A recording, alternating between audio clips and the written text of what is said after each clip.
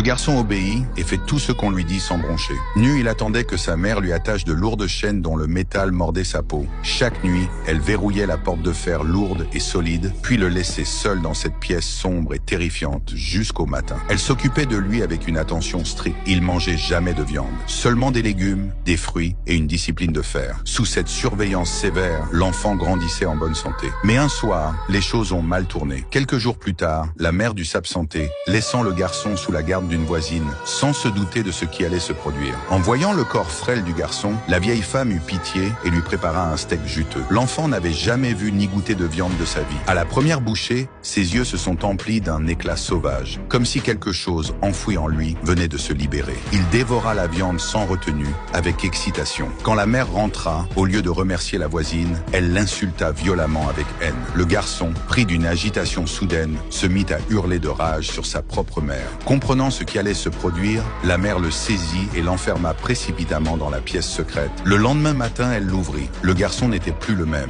Son corps était couvert de poils noirs et denses. Ses ongles s'étaient changés en griffes. Ce n'était pas un enfant ordinaire. Chaque nuit de pleine lune, la bête en lui se réveillait, le transformant en une créature bestiale, affamée de chair et de sang.